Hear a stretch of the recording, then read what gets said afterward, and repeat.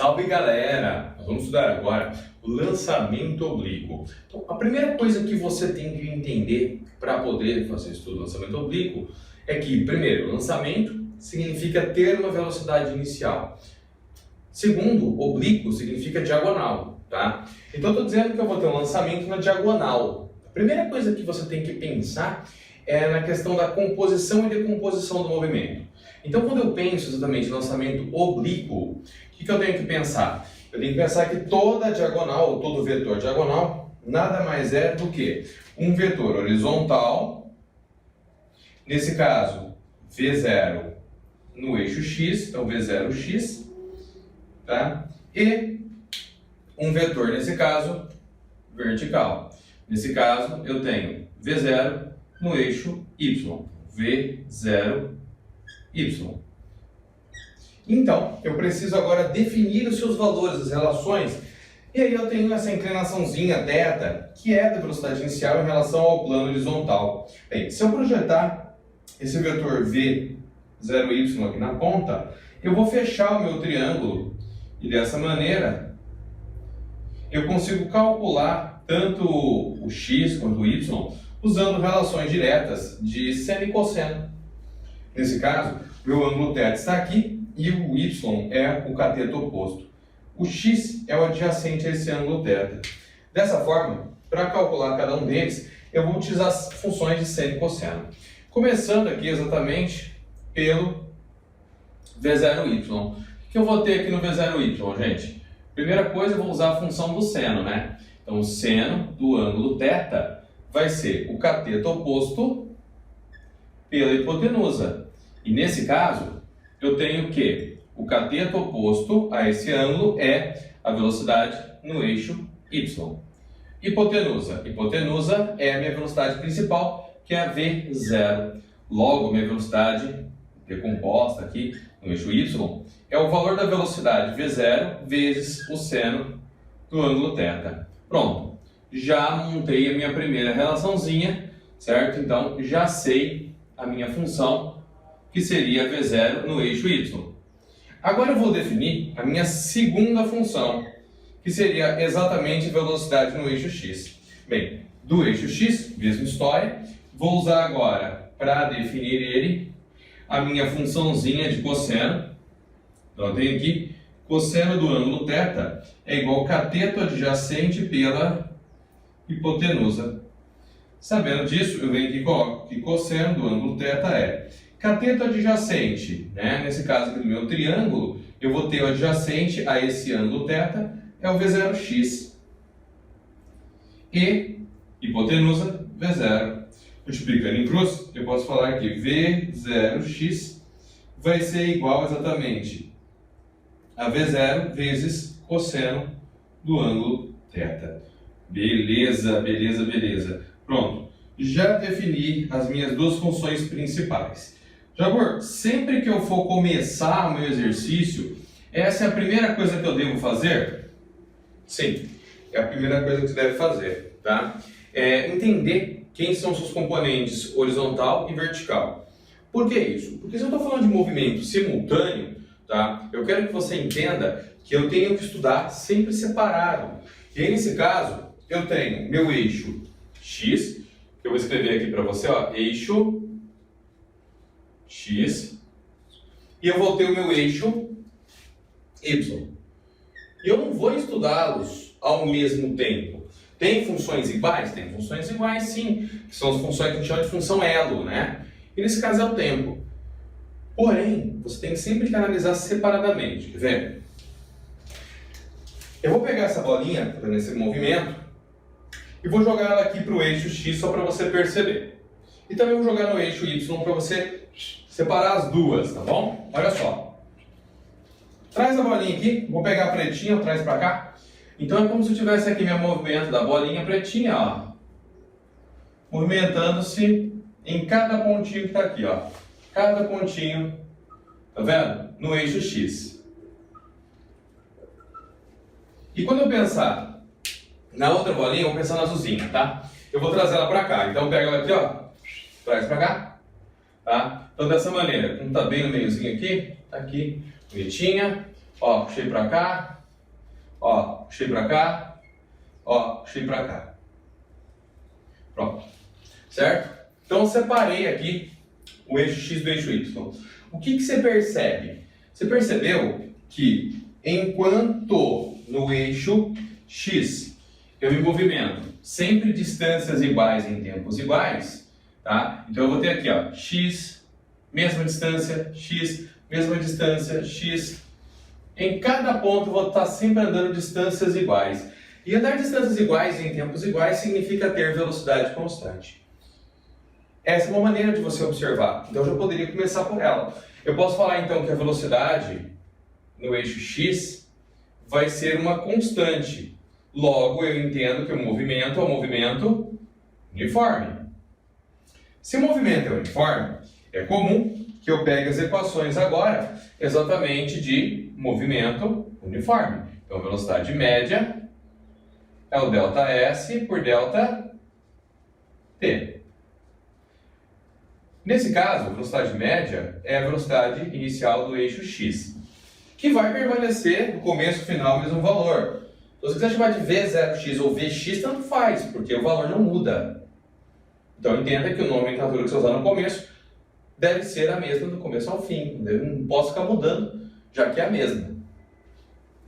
O deslocamento é exatamente essa distância aqui, que eu vou ter do começo ao final, só que no eixo X. Então, se é no eixo X, o que eu estou pensando? Eu estou pensando que daqui até aqui, eu vou ter um deslocamento no eixo X, que você já estudou comigo lá no lançamento horizontal, que pode receber o nome de alcance. Tá? Então aqui está o meu alcance. Top, né? Top. Então ΔS aqui no eixo X, meu alcance. Então ΔS no eixo X. E o tempo? Eu quero que você perceba que o tempo que ele levou para percorrer toda essa distância em X foi o mesmo tempo que ele levou para subir, depois para descer. Então eu vou colocar para você aqui que eu tenho tempo, que a gente vai chamar ele de tempo de subida. Então está aqui tempo de subida. Aqui, subida. E depois ele vai ter o tempo que ele leva para descer. Nesse caso, você vai ter o tempo de descida. Já posso chamar de tempo de queda? Até pode, desde que você entenda o que está acontecendo, sem problema nenhum. Então está aqui a descida, né? Tempo de subida, tempo de descida. E outro detalhe importantíssimo, eu preciso que você entenda também que esse tempo de subida mais esse tempo de descida tem um nome, tá? Nós chamamos isso de tempo de voo, tá? Então eu vou escrever aqui, ó, tempo de voo. Tempo de voo, para mim, significa o tempo que ele leva na subida mais o tempo que ele leva na descida. Esse tempo subida mais descida é o tempo de voo. Tá, mas já no seu exemplo, eu estou percebendo que ele saiu do chão e voltou para o chão. Posso falar que o tempo de subida e descida são iguais? Nessa situação, sim. Se você sai do chão e volta para o chão, nesse caso, o tempo de subida e de descida será o mesmo. É mesmo? Mas por que isso? Eu te explico. A única força que age no seu sistema, do começo ao fim, é a força-peso. Então, eu subo sendo freado. Ou seja, eu tenho uma força para baixo, mas eu estou indo para cima. Repare, o seu movimento começa subindo, indo para a direita. Quando eu chego no ponto mais alto, eu paro de subir. E então eu começo a descer. E aí eu vou ter aqui minha força-peso. Força-peso do começo ao fim. Tá? Então eu vou desenhar aqui, força-peso. E aí entra um outro ponto de vista para analisar as velocidades, como eu te falei. Repare que não tem nenhuma força horizontal, nem a favor nem contra o movimento. Isso quer dizer simplesmente que se não tem força a favor nem contra, no eixo X a sua velocidade é uma constante, que você pode analisar por um desenho, analisando as distâncias, mas também pode pensar dessa maneira. Se eu não tenho força para a direita nem para a esquerda, significa simplesmente que ele não está sendo acelerado nem freado. Então, agora eu vou colocar minha representação. Olha só. A mesma V0x que eu tinha aqui no começo, eu vou ter em todo o problema. Então, ó, eu tenho a mesma V0x, a mesma V0x, a mesma V0x, a mesma e a mesma. Então, do começo ao fim, a minha velocidade em x foi constante e eu já tinha te dito isso. Apenas estou desenhando agora. Certo? Só que, se eu tenho uma força para baixo e eu começo o movimento para cima, eu começo já freando. Isso quer dizer que eu começo com uma velocidade V0y. Porém, depois de um pouquinho de subida, repara, o vetor vai dar uma reduzida. Então, eu tenho velocidade VY1. Quando eu subir mais um pouco, essa velocidade diminui mais um pouco. Então aqui, agora eu vou ter exatamente a minha velocidade, tá? Que vai ser a VY2. Quando chegar no ponto mais alto, ele para de subir. Logo a velocidade em Y, nesse ponto, eu vou chamar de VY3, vai ser igual a zero. E aí ele sofre uma inversão de movimento. Para de subir e começa a descer. Essa velocidade então volta a aumentar. Mas eu quero que você pense no seguinte e observe, antes de eu continuar. Primeiro, eu comecei com a velocidade V0, ela foi diminuindo, esse vetor foi ficando cada vez menor, até ficar nulo. Depois, ela começa a aumentar de novo. Eu quero que você lembre que toda vez que eu vario velocidade, eu estou falando que eu tenho uma aceleração do tipo tangente. E nesse caso, a única força que está agindo no meu sistema é o peso. Logo, ele age no eixo Y. E se ele age no eixo Y, eu quero que você entenda que a força resultante no eixo Y, nesse caso, é o peso. Então, a massa vezes a aceleração no eixo Y é igual a massa à gravidade. Logo, a aceleração em Y vai ser a própria gravidade. Volta aqui. Eu estou dizendo para você que durante toda a subida, a aceleração do seu sistema é a própria gravidade. Só que eu quero que você tome muito cuidado. A tua gravidade é para baixo. E o teu movimento começa para cima. Então, ó, seu movimento começa para cima. Se o seu movimento começa para cima, Jabor, para cima e para direita. Sim, para cima e para direita. Mas eu quero que você entenda uma coisa. Quando a gente referencia o sentido do movimento, nós escolhemos também os sentidos positivos e negativos. Se eu escolher que para cima a velocidade em y é positiva, automaticamente, eu estou escolhendo que a minha gravidade que é para baixo fica negativa. E aí talvez alguns digam assim, Jabor, beleza. E a hora de chegar na parte de cima eu inverto e fica positivo? Não, você não vai inverter nada. Isso aqui é o seu eixo de deslocamento, o teu eixo de posições no eixo Y. Então cada ponto que você passa aqui corresponde a uma posição que eu tenho, a posição que eu tenho no eixo Y.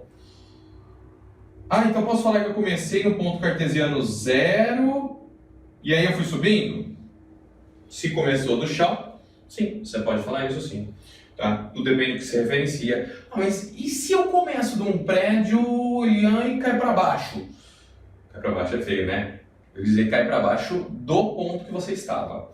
Se ele cai para baixo do ponto que você estava e aquele ponto que você adotou, você escolheu como 0, você vai ter posições cartesianas negativas. E está tudo bem. Ninguém falou que não pode ter posição cartesiana negativa. A única coisa que você não vai ter Negativo é o tempo, massa, são funções que não dá para ter. Mas nesse caso seria o tempo, a única função que não vai aparecer negativa. Ah, mas deu tempo, deu negativo. Você errou. Fique esperto que você fez alguma conta errada, o tempo nunca pode dar negativo, tá bom? Então, se cair para baixo de onde você está, fica na posição cartesiana abaixo do eixo zero, apenas isso. E tá tudo bem, isso não é um problema para você. Eu adoto geralmente para cima positivo e deixo a gravidade negativa do começo ao fim. Mas, Jabur, se você faz isso, a sua velocidade fica negativa na segunda parte?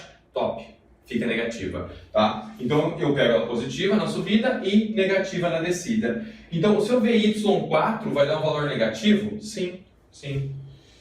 E aí, conforme ele vai caindo, ele vai acelerar, né, Jabur? Vai. Aí ele vai ter aqui a velocidade VY5. Aí ele vai aumentar mais ainda e vai ter a velocidade VY6. Tá lá embaixo. Mas, Jabur, você está falando vetores, né? Então não está aparecendo sinal nem nada. É, isso mesmo. Estou falando do vetor. Quando eu falar do módulo dele, eu posso pôr apenas valor numérico. Mas quando eu quiser dizer que o movimento é a favor ou contra, seja progressivo ou retrógrado, acelerado ou retardado, aí eu começo a usar sinais, certo? Tem que tomar muito cuidado com eles, porque eles fazem muita diferença. Principalmente em sistemas onde uma bola é jogada para cima, outra é abandonada, em que elas vão se encontrar em algum momento. Aí eu tenho que tomar cuidado para dizer um único eixo e ele tem que ser minha referência para tudo. Aí eu consigo determinar os sinais para fazer os pontos de encontro, tá? Muito delicada essa situação. Mas, amor, se eu tenho duas velocidades, então eu tenho, no final, uma velocidade diagonal. Perfeito, cara. Você está analisando de uma maneira magnífica. Então, se eu projetar na ponta do eixo Y, aqui, o vetor X, e se eu projetar na ponta do vetor X, o vetor Y, logo você vai ter uma velocidade que a gente chama ela de velocidade resultante. Eu vou tirar aqui o peso, só para não ficar poluído meu desenho, a gente já sabe que o peso é do começo ao fim, tá? Já te demonstrei. Então, pensando dessa maneira, eu vou ter aqui o meu vetor, velocidade resultante. Posso falar que ela é a hipotenusa de um lindo, maravilhoso, singelo, terno, fraterno, romântico e apaixonante triângulo retângulo? Pode. Posso vir aqui e falar então que a velocidade resultante ao quadrado é igual a velocidade x ao quadrado mais a velocidade y, nesse caso do ponto 6, né, a gente está analisando ao quadrado. Jabur, você não pôs 6. Não pus. Eu quero que você entenda que a velocidade em y que você pode fazer isso é em qualquer um deles. Em todos eles eu tive x. O único momento que eu tive a menor velocidade foi quando eu tinha só x. Então x eu tenho do começo ao fim. Mas sempre que eu tiver uma coordenada em y, ela pode ser coordenada no ponto 5, no ponto 4, no ponto 6, no ponto 1, no ponto 2, qualquer ponto. Eu sempre vou conseguir, juntando x com y, ter a velocidade total do meu sistema. Já abordei algum momento em que as duas ficam iguais? Tem. Se você reparar, o lançamento ele vai o tempo inteiro tangenciar, né? E existe um momento em que o x e o y podem ser iguais. A regra é a mesma que eu utilizaria no triângulo retângulo. Para o cateto oposto e o cateto adjacente serem iguais, é um momento em que você tem um ângulo de 45 graus. Tá? No caso, do cateto em relação à hipotenusa. Quando der um ângulo de 45 graus, é o único momento em que x e y ficam iguais. Tá? Então você pode ficar esperto. Se começou com 45, x e y de cara já são iguais. Em algum momento eles vão voltar a ser iguais, provavelmente no final. Tá? Se em algum momento, no meio do caminho, ele perguntar, o momento em que x e y são iguais, já sabe que é o momento em que o ângulo entre eles é 45.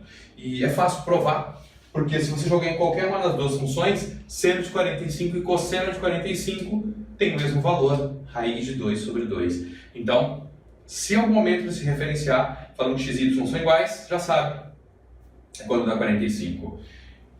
Agora voltando um pouquinho, certo? Bem, agora que você entendeu que existe um movimento também em y, eu volto para analisar algumas situações. Primeiro delas, eu quero que você veja uma coisa, e vai ser o elo entre os dois pontos, ok? Entre os dois pontos. Eu disse para você que o tempo de subida e de descida somados te leva ao tempo de voo, o tempo que a bolinha fica no ar. E eu já te falei também na aula de lançamento horizontal que exatamente o lançamento só se caracteriza nos pontos em que ele foi abandonado pelo lançador até o momento em que ele toca a parede, o solo, o que for. Nesse momento você tem um lançamento. Tocou, mudou a conversa. Ou ele está sendo impulsionado ou você está numa colisão. Aí muda a conversa. Então, só enquanto ele estiver no ar. Isso quer dizer que enquanto eu estiver subindo e descendo, é o mesmo tempo que eu tenho de voo no eixo Y e no eixo X. Pensando dessa forma, eu posso falar para você, nesse caso, no eixo X, o tempo que você vai usar aqui é o tempo de voo. Então está aqui, tempo de voo. Prontinho. E quando eu for usar as equações do eixo Y, por entender que eu tenho uma aceleração e que ela é constante, eu sei que eu estou trabalhando com move, movimento uniformemente variado. E se você lembrar da outra aula, a função ainda é a mesma. Então eu fiquei com V igual a V0 mais A vezes T. Fiquei com Torricelli. Fiquei com o sorvetão. E aí, analisando exatamente essas possibilidades, essas equações, um detalhe muito importante, assim como eu te disse no outro.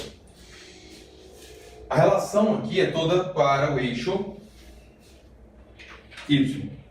Então eu tenho aqui velocidade final no eixo Y, pela inicial. E se você considerar só subida, a sua velocidade Y é zero no final. Só tem inicial. Sua aceleração é negativa, menos a gravidade. E só na subida o teu tempo é só o tempo de subida. Se você contar subida e descida, e falar para mim que a velocidade, por exemplo, vale 10, então aqui ela vale menos 10, que é o sentido contrário, e o mesmo espaço que ela subiu, o mesmo espaço que ela desceu. E aí você teria 10 menos 10, aceleração, no caso da Terra aproximadamente menos 10, e aí eu teria o tempo de voo, que é o tempo de subida e descida. Ah, então escreve isso lá, Jabor. Não. Porque eu vou poder usar essa equação tanto só para subida, só para descida, ou no total, que é o voo. Então eu tenho que analisar isso com muito cuidado. As equações são as equações de move, eu tenho que saber. Então aceleração em Y, velocidade final em Y, inicial em Y, aceleração em Y. Olha o delta S em Y. Vem cá. Quem é o delta S em Y? Bem simples. Exatamente aqui, olha só. Ó. Quando eu falar para você em delta S em Y, olha aqui. Olha aqui para poder escrever para ti. O delta S em Y também é chamado de altura. E se for até o ponto mais alto, altura máxima. Senão pode ser uma altura qualquer. Tá? Então esse delta S em Y é a altura. Já por você falou um negócio de coordenadas aqui, posição em Y, que você vai marcar. Quando eu for usar a equação do sorvetão, seria interessante fazer isso? Com certeza. Se você conseguir usar o delta S, não tem problema algum. Eu geralmente aconselho, principalmente quem tem dificuldade com sinal. Tá? Professor, eu engano às vezes se o delta S é positivo ou negativo, eu me engano se é velocidade. Quando isso acontece, é muito importante ter esse eixo e marcar os pontos para você enxergar cada um deles. E na hora de jogar na equação, talvez seja mais interessante ele estar separado um do outro para você colocar os valores que você registrou. E aí você teria a posição no eixo Y, posição inicial no eixo Y, a velocidade no eixo Y, o tempo, como eu te disse, depende. Se for só a subida, tempo de subida. Se for só a descida, só o tempo de descida. Se for o movimento inteiro, eu tenho tempo de voo. Tem que olhar isso, certo? A aceleração aqui é no eixo Y. Enfim, essas são as principais características que você tem e que você precisa saber para exatamente trabalhar com esse sistema de lançamento oblíquo. Já tem alguma dica que você pode dar para mim? Sim. Depois eu vou fazer um complemento, eu vou te apresentar uma equação que na verdade é uma junção x com y, que a gente chama de equação do alcance.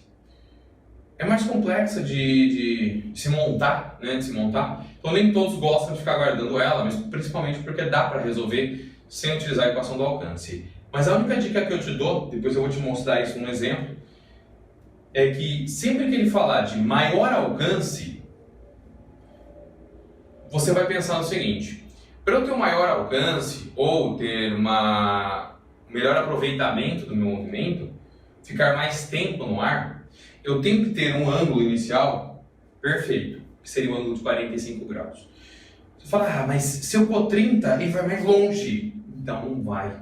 Porque se eu boto um ângulo muito baixo, a gravidade vai trazer ele logo de volta para baixo. Isso quer dizer que ele vai ficar pouco tempo subindo e pouco tempo descendo. E se eu lembrar que o tempo no eixo X e no eixo Y são iguais, ficar pouco tempo subindo e pouco tempo descendo significa voltar para o solo rápido. Acaba o lançamento. Se eu colocar tudo em Y e jogar tipo 60 graus, eu vou ter uma grande altura, porém ele, pum, cai perto. E eu vou te mostrar depois que 30 graus, 60 vai dar no mesmo, eles caem até no mesmo lugar, tá bom? 45, eu tenho raiz de 2 sobre 2. Raiz de 2 é 1.4. 1.4 dividido por 2 é 0,7. Significa que eu pego 70% da minha velocidade de aproveitamento em x e em y. Então eu tenho um alcance maior. Não é a maior altura, mas é o maior tempo que eu fico no ar. Inclusive tem uma competição que existe que é lançada pela OBA, né? Chama Olimpíada Brasileira de Astronomia, que é Rio de Janeiro. E ela tem um negócio chamado Mob Fog, que é um foguete de garrafa PET, proposta interessantíssima. E uma das relações que a gente usa para poder fazer esse lançamento é o tal do 45 graus. Tá? Ah, mas Jabor, eu posso usar, por exemplo, a mesma regra que eu usei na função em x constante, em y eu posso usar Galileu, igual eu falei no lançamento horizontal? Pode, pode. Até por isso eu separei aqui o movimento para você ver. Olha só. Enquanto no eixo x eu andei distâncias iguais, no eixo y eu andei aquela historinha, lembra? y, 3, y, 5, y. E se eu continuasse aqui e ficasse bastante tempo no ar, eu teria 7y, 9y, sempre múltiplos ímpares, tá? Da primeira distância percorrida. Então, se aqui for y, 3y, 5y, tanto na subida quanto na descida. Ah, mas você me recomenda usar na subida? É difícil. Geralmente só se usa na subida quando a gente já sabe a altura ou as proporções. Aí dá pra fazer. Até o tempo, se não souber o tempo também ajuda, tá? Mas caso contrário não é muito interessante. Pode te atrapalhar mais do que te ajudar. Mas é bom que você tenha noção. Caso precise montar algo, você consegue, tá? Mas você reparou?